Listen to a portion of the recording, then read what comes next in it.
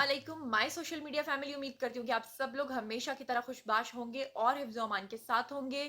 आयशा उमर फिर से ट्रोलिंग का शिकार हो गई हैं और इस वक्त वो बहुत बड़ी कंट्रोवर्सी का शिकार उस वक्त हुई हैं जब वो एक बहुत मुतनाज़ किस्म का नीम उरियां लिबास पहनकर एक शादी में गईं और वो वीडियो किसी पेज ने लगाई इंस्टाग्राम के ऊपर। और उस वक्त जब आदमियों ने उनको झंझोड़ा और उनको जगह जगह से हाथ लगाते हुए पकड़ा तो पाकिस्तानियों का गुस्सा पहुंच गया अरूज पे और उसके बाद लोगों ने शदीद किस्म की ट्रोलिंग स्टार्ट कर दी। फिर फाइनली एक खातून सामने आई जिन्होंने आयशा उमर से डायरेक्ट सवाल कर डाला और पूछा कि आप शादियों में नाचने के कितने पैसे लेती हैं। और फिर उसके ऊपर आयशा उमर ने अपनी चुप तोड़ते हुए वजाहत की और वो वजाहत जो है वो आज की वीडियो में आपके साथ शेयर करूंगी।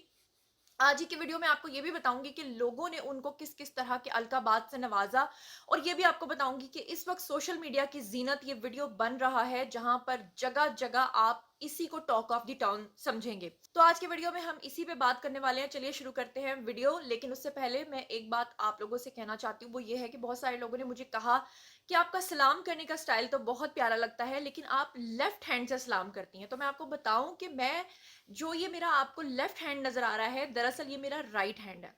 लेकिन आपको ये लेफ्ट क्यों दिखाई दे रहा है? क्योंकि जब हम फ्रंट कैमरा यूज करते हैं तो फ्रंट कैमरा आपको राइट का लेफ्ट दिखाता है, बिल्कुल उसी तरह जैसे आईने में आप कोई तहरीर सामने करते हैं तो वो आपको सीधी नहीं बल्कि उल्टी दिखाई देती है। तो उम्मीद करती हूँ वजाहत आपको समझ में आ गई होगी कि मैं पागल नहीं हूं कि मैं उल्टे हाथ से आपको सलाम करूं, ठीक है।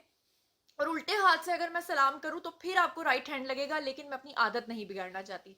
तो जनाब सबसे पहले मैं आपको जो अभी टॉक ऑफ द टाउन बनी हुई है इस पे बहुत सारे लोगों ने कहा कि आप इसको इसकी जो वजाहत है वो करें। तो मैं आपको बताऊं कि आयशा उमर दरअसल कराची में एक शादी के अंदर एक तकरीब के अंदर शरीक हुई। आप सब लोग जानते हैं कि वो शुरू से बहुत ज्यादा बोल्ड हैं, कोई आज से बोल्ड नहीं है। प्रॉब्लम उस वक्त आता है जब हमारी एक्ट्रेसेस रियल लाइफ में तो बहुत ज्यादा बोल्ड होती हैं लेकिन हमारे ड्रामाज में वो भारत की तरह अबला नारी दिखाई जाती है, यानी एक ऐसी खातून जो बेचारी जुल्मों सितम सह रही है, जो आंसू बहा रही है या जो बहुत सादा से कपड़े पहनती है। मैं खुद एक एक्ट्रेस हूँ। जब किसी ड्रामे के शूट पे हम लोग जाते हैं तो हमें सबसे पहली जो इंस्ट्रक्शन आती है वो यही आती है कि आपने चोटी बनानी है, बाल बहुत सिंपल रखने हैं, कोई मेकअप ज्यादा नहीं करना है और सबसे बढ़कर ये कहा जाता है कि आपने मशरकियत का ख्याल रखते हुए शलवारें कमीजें ही लेकर आनी है अनटिल कि आपका बहुत बोल्ड कोई कैरेक्टर ना हो। अदरवाइज आपने देखा होगा कि हमारी अदाकाराएं आपको इसी तरह के लिबास में नजर आती हैं। लेकिन जब यही अदाकाराएं आपको फैशन शोज में नजर आती हैं तो ठीक है, वहां पर भी एक बहाना है कि वो फैशन डिजाइनर्स के कपड़े पहन रही हैं। लेकिन जब अपनी निजी तकारीब में यही अदाकाराएं आपको नजर आती हैं और वहां पर ये सूटें लगा रही होती हैं, कभी वहां पे पकड़ी जाती हैं, कभी बी टाउन के सामने आ जाती हैं, कभी पपराज़ी इनको जो है वो कैप्चर कर लेता है, तो उस वक्त फिर इनको वजाहत देनी पड़ जाती है। उसकी वजह यह है कि इस वक्त पाकिस्तानी तमाम एक्ट्रेसेस जो हैं वो इंस्टाग्राम के ऊपर बहुत ज़्यादा एक्टिव रहती हैं। मोस्टली अदाकाराएं ऐसी भी हैं जिनका काम तो नहीं चलता लेकिन वो शोहरत के लिए इस तरह का काम जानबूझ के बार बार करते हैं, जिसमें आपने सर फहरिस्त देखा हरीम शाह का नाम है। वो अदाकारा तो नहीं है लेकिन वो लाइमलाइट में रहने के लिए इस तरह करती हैं और भी बहुत सारी अदाकाराएं हैं। तो अब बात कर लेते हैं आयशा उमर की। आयशा उमर बहुत बोल्ड ड्रेसिंग करती हैं, इसमें कोई शक नहीं है। पिछले दिनों उन्होंने बहुत बोल्ड किस्म का फोटो शूट किया था शोएब मलिक के साथ भी, जिसपे सानिया मिर्जा ने काफी नाराजगी का इजहार किया था।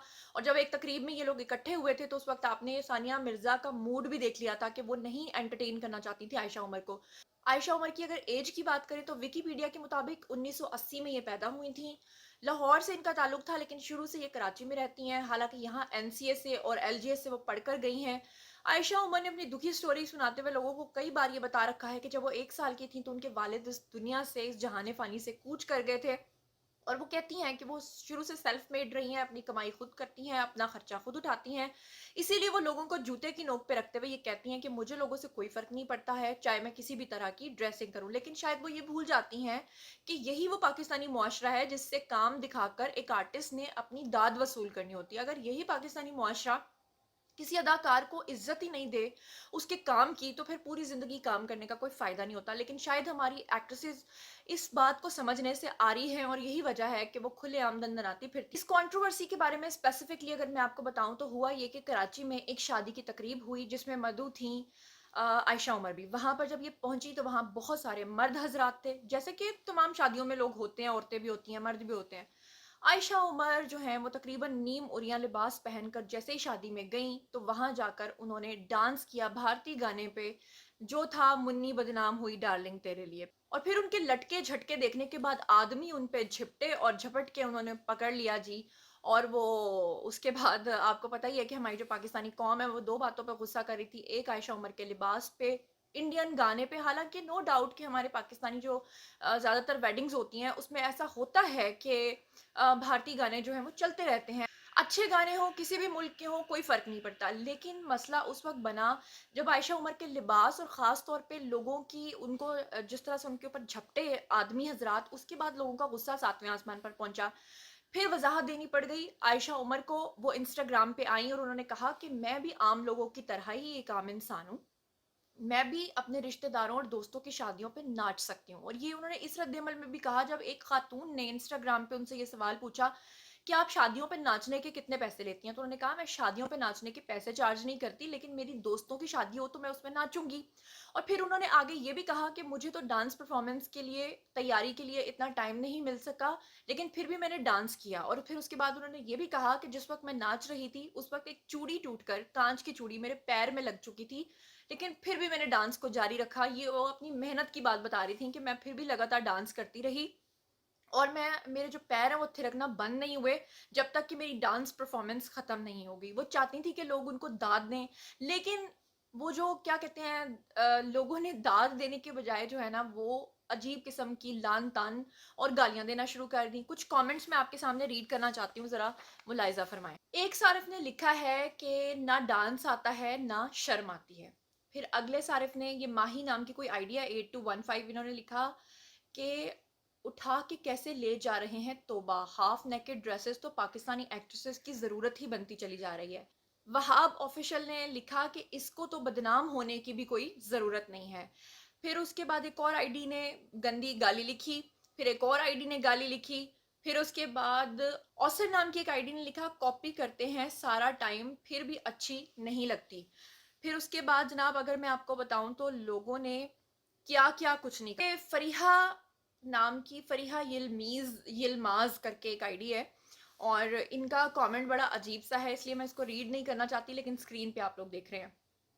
फिर उसके बाद कुछ लोगों ने, 1-2 इक्का-दुक्का लोग थे जिन्होंने तारीफ़ भी की, जैसे कि दाऊद खान है, उन्होंने कहा she is actually looking stunning, very smart.